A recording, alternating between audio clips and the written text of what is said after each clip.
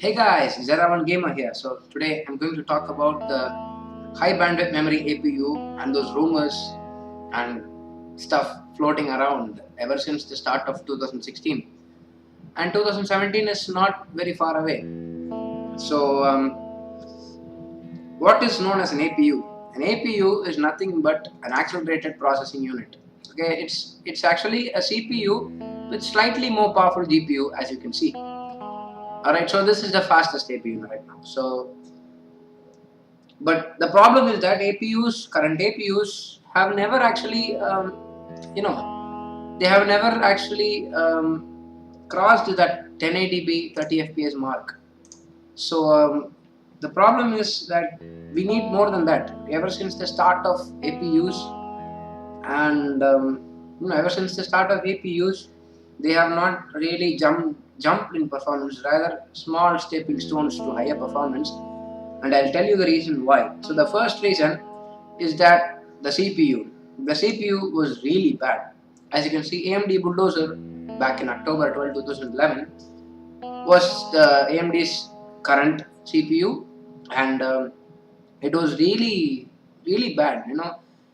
It failed to meet expectations, but the problem was that it was hotter, more power hungry, less efficient, and even bigger problem is that it was actually slower than the last processor on few tasks, like in more single core, single threaded tasks. That was a disappointment because back in those days, very little multi-threaded or multi-core applications were there to actually exploit this power. So that was the first reason. The second reason is that the GPUs are pretty low end because they have the cores are taking too much space. Okay, the Bulldozer cores, or should I say pile driver or excavator, which are the revisions of Bulldozer, are pretty big, so they take a lot of space. So there is no extra space to add a bigger GPU, so we are stuck with 8 compute units of Hawaii cores, Hawaii GACN GPU cores. So what will these current APUs currently cost? For these performance, these currently cost at $149. So yeah, they're good. We can play at 720p low and stuff. So what can we do to actually increase this performance? You can do something called as hybrid crossfire with an MSI Radeon R7 250, which is another $60. So that goes up to $210 for. But this hybrid crossfire thing doesn't work properly because not a lot of games support dual GPU still now. So another problem why APUs cannot improve more is the lack of proper bandwidth. As you know, APUs does not have their own memory for GPU. So what do? They actually depend on the system RAM. So it really depends on the system RAM on how much faster how much performance your APU is giving. Here is how Corsair has done a beautiful job. So as you can see, these are the timings. These are the timings and the clocks.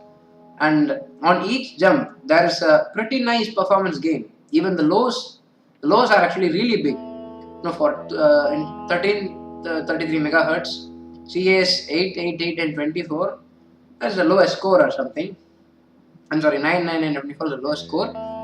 So this is just an example. There's a huge gain here from 1333 megahertz to 2640 megahertz, and 12, 14, 14 and 36 CAS latency timings.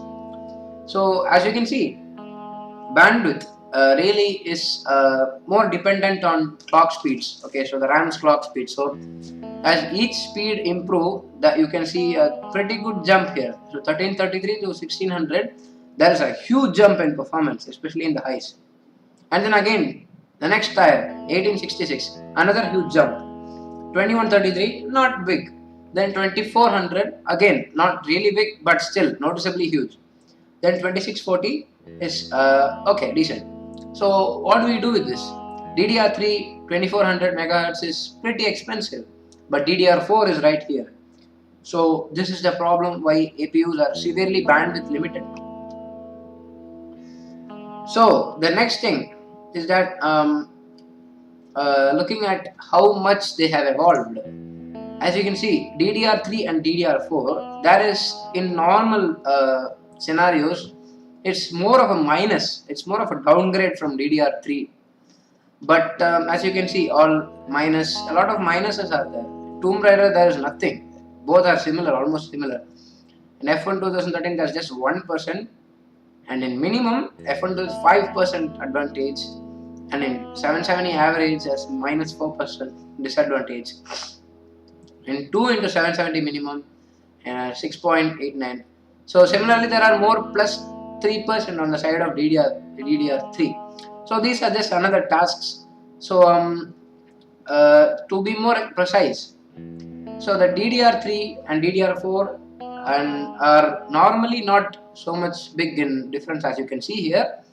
But if you take closer look, in APUs, DDR4 is going to be pretty big because there are a lot of bandwidth advantages. So that is a good example. That is a good stuff for APUs. But it will only solve the problem a slight bit. Mostly it will solve. But what will you do for the next ones? I'll come to that. Okay, so DDR4 is a good step up. We have the next generation APUs called Bristol Ridge with excavator cores and higher clocked Hawaii cores. But hey, these are 28 nanometer parts. We have 14 nanometers right now. Alright, as you can see, these are just still old parts with 28 nanometers, old instructions, no L3 cache, high clocks, 4.7, 4.8 gigahertz, high clocks. There is there is no new stuff. And this is where Zen comes. This is actually where Zen comes. This is a CPU side, and Zen, which is known as Raven Ridge, is actually pretty very impressive CPU, as it is an insane jump. I think it's actually close to twice as fast as Bulldozer, core to core and clock to clock, clock versus clock. So on 40 nanometer FinFET, that meaning that we can match them much better in performance per watt. This also plays a huge role in APUs because we get to add more hardware inside of it because the parts become smaller using smaller transistors when using a smaller node, of course. So what we can be excited now is for Zen APUs. These Zen cores are said to be AMD's smallest core designs ever created. It is said to be smaller than Jaguar.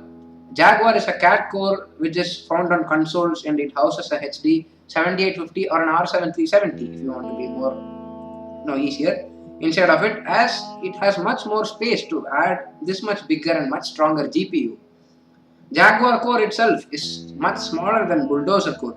Bulldozer, obviously, the ones that is sold for us consumers and servers. Actually, it was not really well sold on servers because it sucked in everything. By which I think Zen core on 14 nanometer is roughly half the size of a Bulldozer core on 32 nanometers, or its derivatives on 28 nanometers. So I'll just show an example of how it will look like this. Okay, so this is the 28 nanometers. This side you have the CPU, the first core, second core, third core and fourth core, two modules, and here you have the caches and all those stuff, and here is the GPU. This is on 28 nanometers. Alright, the core is full, and you can add 8 ACEs and stuff like the GPU DCN architecture. And if you move to 40 nanometers, the CPU is actually much smaller. The CPU is much smaller, and then you have more space here. As you can see, the space was freed up, so you can add more stuff into it. So if you consider the GPU to be 28 nanometers, you can add slight a bit more. But when the GPU also becomes 40 nanometers, it's just like this. So this could be the GPU. The previous GPU is halved in 40 nanometers. So you can actually add thrice as more stuff here. 1, 2 and 3. Thrice as more stuff here. So this is what is all about. Always in an APU, GPU is actually the biggest part. So you can add a more powerful GPU. So on the CPU side, back to the CPU side, save. Sure. Okay, no problem. This not save. Alright, so on the CPU side, as you can see, there are two cores here. Excavator is from Bulldozer. Jaguar is another core, a cat core, no, a much smaller core. So lower power and smaller, more performance and more area. Because Zen, this is Zen, because Zen is actually as small as Jaguar, if not smaller.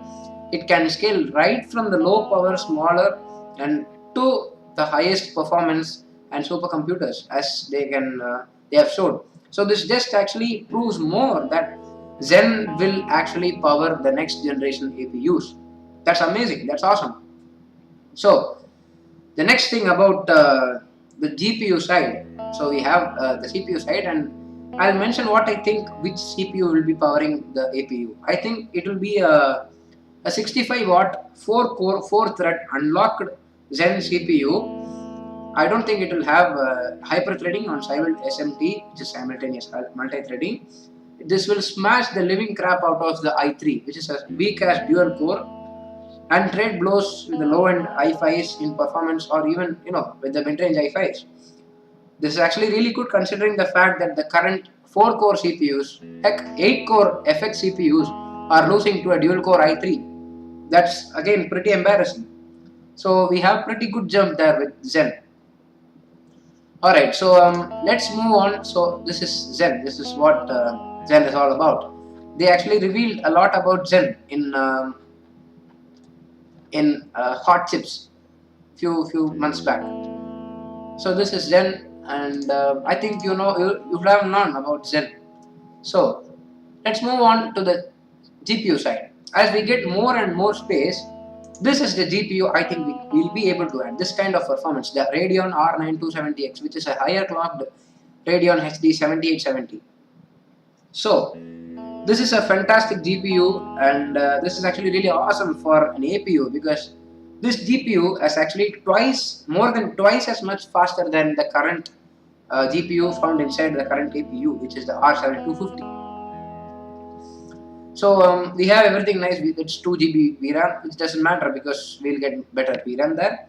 $199 price tag and more than $5,500 in 3D Mark V style. Pretty awesome scores. And this is where the problems begin. So as you can see, this is the product specifications, and everything is nice. 1280 cores, 1.05 gigahertz, 2.69 teraflops. Everything is so nice, but if you take a look at the typical board power, it is 180 watts. That's more than thrice as much as the current total APUs are. This is nowhere near viable for putting inside an APU, because the current APUs operate at 65 watts and 95 watts. This GPU alone is taking 180 watts. That's actually pretty similar to the GTX 1080 right now. So, what will we do about this? Okay, let's just try to reduce stuff. Let's just try to cut down this stuff and do something more efficient. So then comes the R7 370. Slightly more refined process with slightly lesser parts. 1024 cores, 975 MHz, 2 teraflops, but 110 watts. Again, this is also a problem. 110 watts is too high for an APU.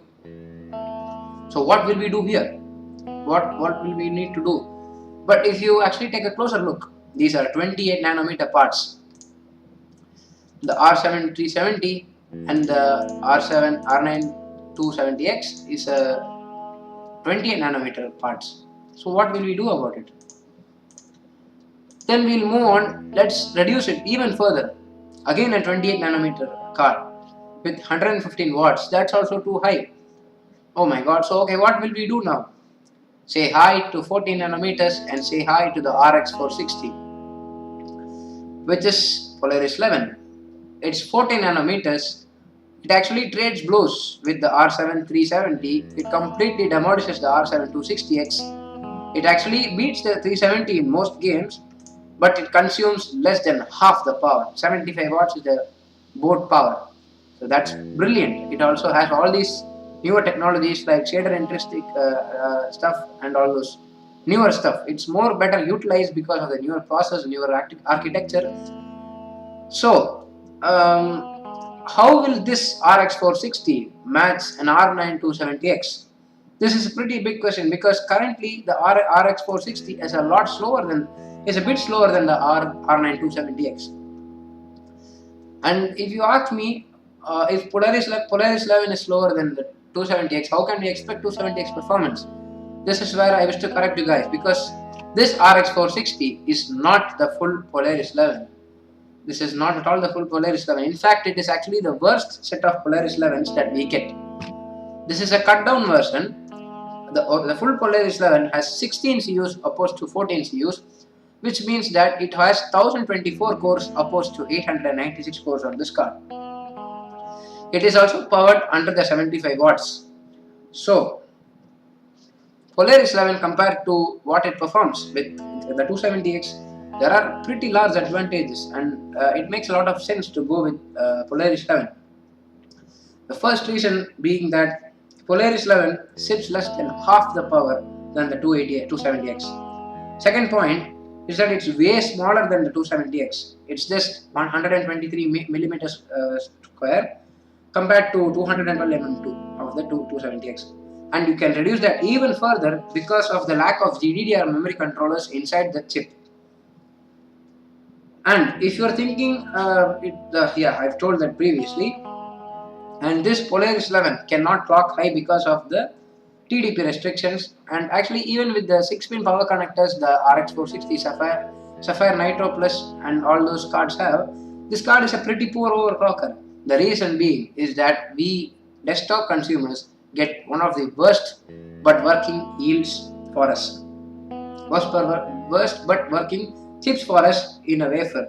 So what happens to the best ones? They go for the mobility and the semi-custom and embedded market, because those markets, they need performance per watt. They need good performance per watt. So good RX 460s and Polaris are actually binned and they are sent to them. And we get the worst but working ones. But as yields improve, we can also see better ones actually, but only slightly bit better, 10 to 15% better performance per watt. So this can also mean that clock flexibility is very low. RX 460 doesn't overclock well. It maxes out at 1300 megahertz or something like that. Very rare ones cross 1350 megahertz. Alright, so the next point. Again, what is the use of all these better, more powerful parts when the bandwidth bottleneck is still present? If you guys haven't forgotten that, DDR4 will again be bottlenecked because more powerful hardware is here. It is holding back a lot of performance of these new parts. This is where things get really interesting, and the whole point of almost all the new stuff AMD is bringing out in the hardware side, asynchronous compute, etc., heterogeneous system architecture, and all this is for bringing high bandwidth memory on an APU. But no, I don't have the sound effect on this. So, right now, a single stack of HBM2 can provide 15 times more bandwidth than quad channel DDR3. The only downside of HBM is that it has slightly higher latency than DRAM. And as I have shown previously, HBM, more than latency, it's actually the bandwidth and the clock speeds of the RAM more important. So latency doesn't matter much, but it still matters. So we can expect it to improve before it comes out.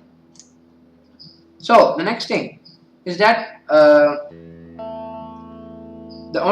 another downside is that HBM is pretty expensive. So you guys should have probably seen the Radeon R9 Fury X with HBM. So in this chart, as it shows, low cost HBM. This is because HBM has started to improve in yields. It is becoming cheaper. Newer HBM versions like HBM2 is coming out. So as you can see, with HBM2, it is cost per GB of $1. Let's just presume, and the bandwidth is 256 gigabytes. Pin speed is 2 Gbps, and I/O is 1024. In low cost HBM, it's around 512, 3 Gbps, 200 GB per second in bandwidth, and cost per GB is 0.x sum. So they have not actually revealed the exact cost, but we can actually expect it to be 20 to 30% cheaper per gigabyte. That is huge. Alright, so moving on to what was the first HBM product. I think you guys have seen the R9 Fury X, the Fuji architecture. Unfortunately, it had imbalances on the architecture itself, causing it to fall short in performance, but the hardware it packed, like HBM, was magnificent. Since it used HBM and introduced itself as the first ever GPU to utilize HBM, HBM started to improve in yields and performance started becoming cheaper. And as it needs to be cheaper for getting into APUs, then came the low-cost HBM. There is currently talks that AMD is tapping into low-cost version of HBM too. So just one stack of 4 gigabytes or 8 GB of HBM2 running at 200 Gbps, as you can see. This is more than enough for 270x grade performance. Alright, this is more than enough for getting 270x grade performance because the 270x has 180 GB per gigabytes per second bandwidth, and the RX 460 has a 112 gigabit bandwidth. So it's a 78% increase from the RX 460 and 11% increase from the 270x, and an insane amount of increase from standard system DDR3 and even DDR4 as bandwidth in current, and all the previous generation APUs. It's a huge increase. This extra bandwidth could also mean that this Polaris 11 on APU is actually slightly faster than the 270x. This will be huge for gaming. We might just finally achieve 1080p, 60 FPS, high settings or even maxed out in well optimized games, and 1080p 60 FPS on medium to low and stupid NVIDIA GameWorks titles which are just cancelled to the community. Now finally on an APU. That is amazing. APUs, they haven't even dreamt of achieving such performance. So let us just summarize it. In short, over twice the performance compared to the fastest current APU available now, the A107890K. In fact, this will be much faster to the fastest APU known, the i7-5775C. It's also going to be slightly faster than the hybrid crossfire or dual graphics of the A107890K or A129800, which is crystal rich by the way, plus R7250, and roughly as fast as a normal CPU and DGPU setup. All of this while consuming lower power, noticeably lower power, taking much less space inside your PC, and running much cooler. And all of this because all these benefits is because all of these parts are in one chip, the APU itself. Alright. So much goodness. We have covered all of the good things about APUs, but so much goodness unfortunately will come with what can I say, minus points. So back to the R9 Fury X, it was a $649 card. Now it's $349. Just insane. As you can see, HBM is actually evolving. So as high bandwidth memory is improving, let's talk about the how much of the disadvantages these APUs are. Cost is still a problem, so I'll just minus it. Cost is still a problem, and I'll be talking here. Cost is still a problem, and since HBM is more expensive than DDR, it's much newer technology. The CPU and GPU are also much newer technology on a much newer and smaller node. As you can see, this is a smaller node, new cores, new GPUs, a high bandwidth memory somewhere inside of it. All of this will add cost. This will add in cost. Yep, all of this will add in cost. It will not be as cheap as the A107890K. In fact, I think that it will be costing nearly twice as much as an A107890K, but still a bit cheaper than the inferior 5775C, which is about $300. I actually expect a $299 price tag for this APU, which is similar to what a hybrid crossfire setup of A107890K or a A129800 will cost, using much less power and space, performing faster and staying much cooler. So I think that problem can be solved when users are actually willing to know about this and drop money for this stuff. Another problem is power. Even though we selected a lot of more efficient parts on a newer node, and since these parts are much more powerful, the APU alone, I think, will take close to 140 watts, which tops for what AM4 is rumored to can handle. So I think the X370, which is the highest end AM4 platform, is able to handle 140 watts of a CPU. So maybe Summit Ridge 8 core 16 thread is 140 watts. We don't know. So the CPU of 65 watts, the GPU of another 50 watts, and the 4 or 8 GB low cost high bandwidth memory of 15 watts. Clocks unknown because I don't know what to expect really. Clocks are still a bit quite a problem because even the cooling matters, which I'll come in a second. So it will need an enthusiast motherboard to work. So you need to shell out another $100 for a motherboard for this high bandwidth memory APU to work, which will also enable good overclocking, and that's a good point in my humble opinion. As more and more enthusiast motherboards are out, this will enable better overclocking for these high bandwidth memory APUs. But also expect TDP, the total power draw, to increase gradually as you overclock because it's known to AMD products like that. You can undervolt AMD products so much that they become very efficient. But AMD is not too lazy. They didn't do that because they wanted to keep the yields healthy. This is why they earned the name of being hot, slow, and power hungry. You can actually expect miracles when you undervolt your card. So, guys who are watching this video with AMD cards, please go to Wattman or any other utility and start undervolting your cards without losing performance, and get close more than 10 to 20% performance per watt improvements. So the next minus point of the APUs are cooling. This is a very crucial point actually, as all the GPU, CPU and the memory is inside a rather tight space. Heat cannot be easily dissipated off. As you guys know, GPU and CPU emit insane amount of heat actually, especially the GPU. So it will need to be cooled properly, otherwise it will throttle down or even catch fire. And for this to happen, I don't think AMD will do an air cooler to achieve this. If they actually did, that will be stupid. They will need to lower down the clocks of these parts so much that it will just make no sense for having high bandwidth memory on these products. But instead of an air cooler, rather a low cost liquid cooler similar to say a Thermaltake Water 3.0 120mm fan. This will keep the parts under 60 degrees Celsius on full load and under 30 degrees Celsius on idle. And light loads, that is fantastic. You can overclock these parts by a bit to gain performance and still keep under 70 degrees Celsius on full load.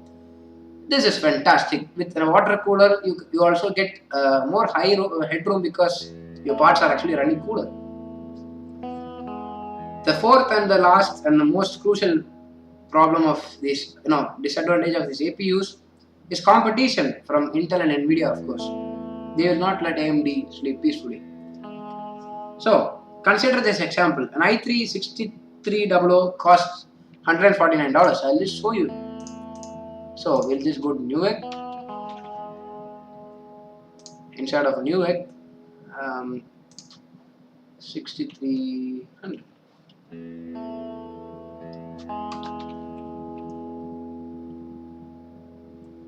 As you can see, it's $149. And let's go. So this is a CPU part. This is $149. Dual cores, 40 nanometer Skylake on 65 watts. HD 530, not important. And on the GPU side, we have the rather dud of the GPU, the 1050 Ti. For the same $149. Alright, please don't blame me for taking if I took a rather inferior product, but that's what came to my eyes in the first place. Alright, so we have the 1050 Ti, and this is where things get pretty interesting. So 149 plus 149 is $300. So this is actually right where I expect the APU to perform like. So the obvious advantages on the APU is that it runs cooler, it takes up less space, and can overclock higher because of the liquid cooler. like I'll just show how I think the liquid cooler will be.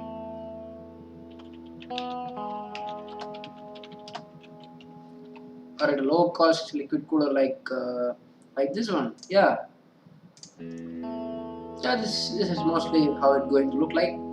Just that it will have an AMD badge here. No, it will be awesome if that AMD badge is lit with LED.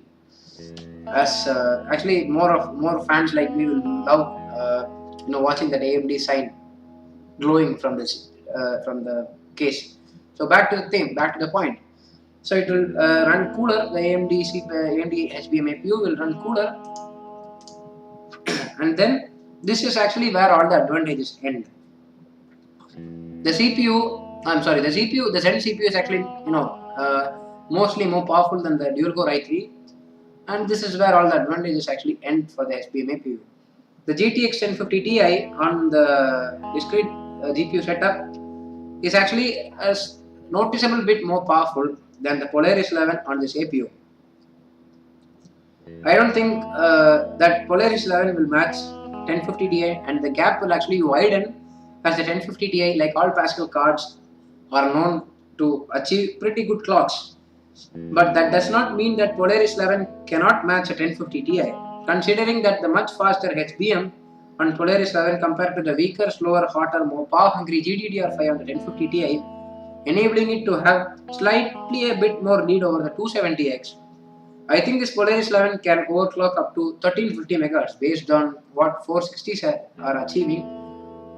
RX 460 is achieving, and the RX 460 at 1350 MHz core clock used 90 watts on gaming with plus 100 microvolts, and that is with the 40 watts used by the memory alone. So as there is no GDDR memory on the Polaris 11 inside the APU, rather a HBM, you can actually expect it to be more efficient, better performance per watt than a 1050 Ti. That's it, guys. Thank you so much for listening. If it is boring, I'm really sorry, but this is what I wanted to share with you guys about. And please comment what you think about it. Please correct me if I'm wrong, if you think I'm wrong somewhere else. Thank you so much. Please like, comment and subscribe. More videos coming soon. Not really soon, but it will come. Thank you so much. Have a nice day.